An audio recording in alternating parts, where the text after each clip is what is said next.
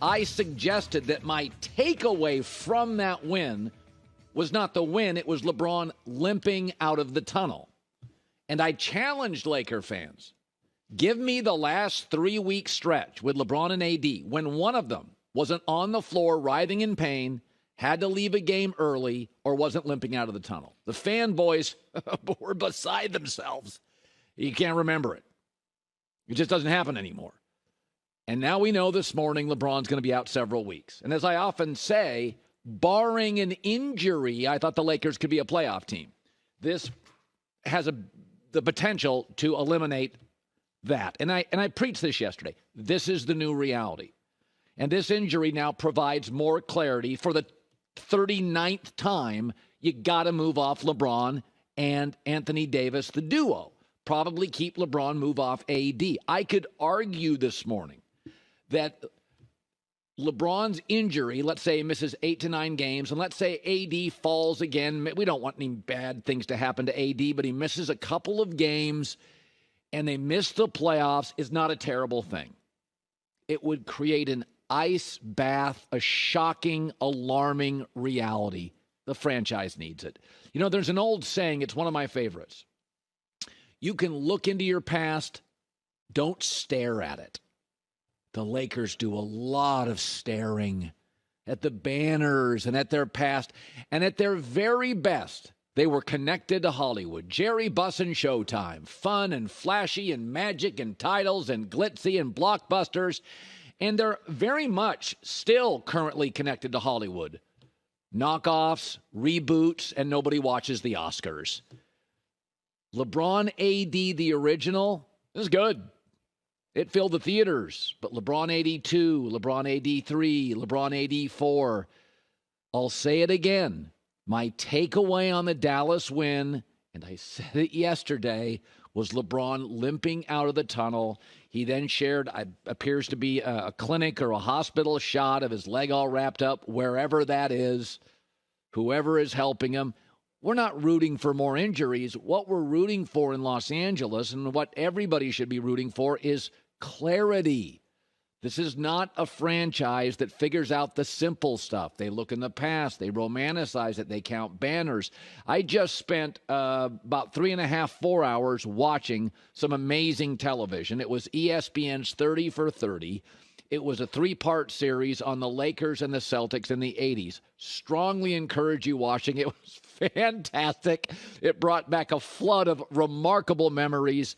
The Celtics and Bird and McHale and Parrish and Ainge and eventually Walton against Worthy and Wilkes and Kareem and Magic and Michael Cooper. NBA heyday. Been a lot of great teams. Never been a rivalry or a decade quite like that. And that was great.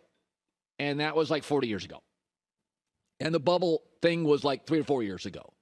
So this again demonstrates LeBron AD, this blueprint is over. No more reboots. It's over. It doesn't work. It's too old. They're talented when they play together. They just don't very often. Wish LeBron the very best of luck. He'll be back in probably 2-3 weeks. Okay, so mock draft time. Mel Kiper came out with a mock draft, and it is exactly yesterday something we strongly suggested the Chicago Bears do. Bears have the number 1 pick. So Mel Kiper's mock draft has the Bears making 2 trades, one to the Texans and then another to the Colts, and the Bears end up with multiple picks, and they end up at 4.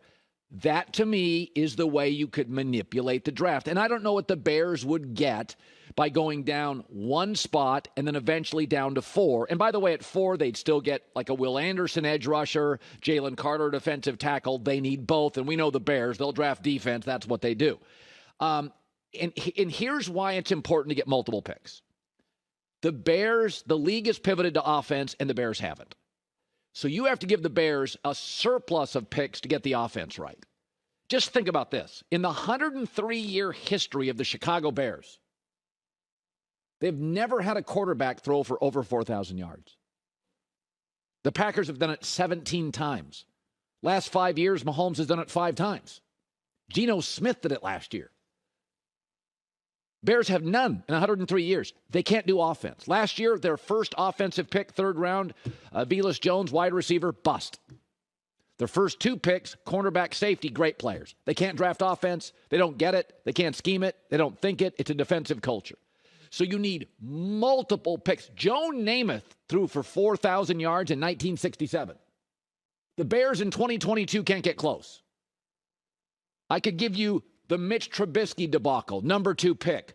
Ridiculous, embarrassing reach. Kevin White, wide receiver, number 7 pick. Complete and utter bust. Velus Jones, bust. They drafted a tackle in the second round a couple years ago out of Oklahoma State. Supposed to be the tackle of the future. They've already moved him inside to guard. They can't draft even Justin Fields. Even Justin Fields. We're 2 years in. I'm not blaming solely Justin Fields. He's 5-20 with a passer rating under 80 and completing less than 60% of his throws.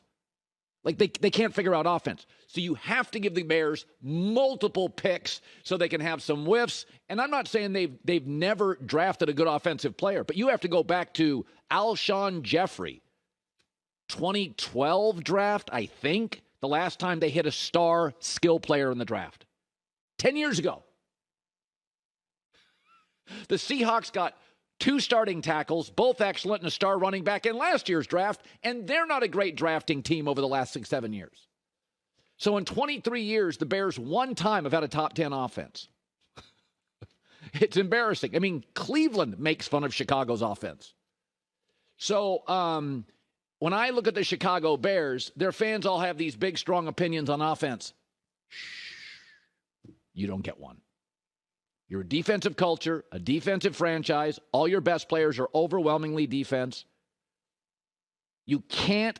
The average in the NFL now, like you're an average quarterback if you throw for 4,000 yards and have 30 touchdowns. It's Kirk Cousins. He's thrown for 4,000 yards 7 times, 30 touchdowns probably 3 or 4 times. Bears have never had a quarterback do that in all the years. So, and Justin Fields right now, I'm 60-40, it's going to work. But I feel like he's not going to get the drafting, the scheming, the breaks. It's just not the infrastructure, the ecosystem of the Bears. They do not get offense. And so my takeaway is the best thing you can do is just get another second, another third. They've got 2 fifths. Get another fifth and just roll the dice, draft 7 or 8 offensive guys, and try to hit on 3 of them. Because you're not hitting on 7 of 7. It's not going to work. And once again, when they had a job opening, they hired a defensive coach. And their first pick last year, their second pick last year were defensive players. And once again, it's the offense that gives us occasional highlights, but it's Bear fans, you just don't get an opinion on offense. The Vikings can have one. The Packers can have one. By the way, Detroit last year, that offense was great. But this is Mel Kiper's mock draft. That's the way to do it. Just keep trading down. Probably keep Justin Fields because there's no A prospect. Bryce Young at 5'10 and a half, 190 pounds. Probably not an ideal fit in a cold, windy weather city. We all know that certain quarterbacks, smaller quarterbacks, tend to be better in warm weather or domes. We know that. Kyler Murray works much better in Arizona than he would in Chicago or a Buffalo. In Buffalo, you want Josh Allen. That ball cuts through weather. Brady's ball cut through weather. Jay Cutler, by the way, strong arm. Aaron Rodgers, Favre, Flacco, cut through bad weather. Teddy Bridgewater got drafted, I think, at one point by Minnesota. That's not a smart pick. Teddy's better like a Tua. You get him down south, warm weather, that works. Hi, everybody. Thanks for watching. Subscribe here to get the latest from the show. Also, be sure to check out more of the best clips from The Herd or go watch a few segments from other shows on FS1.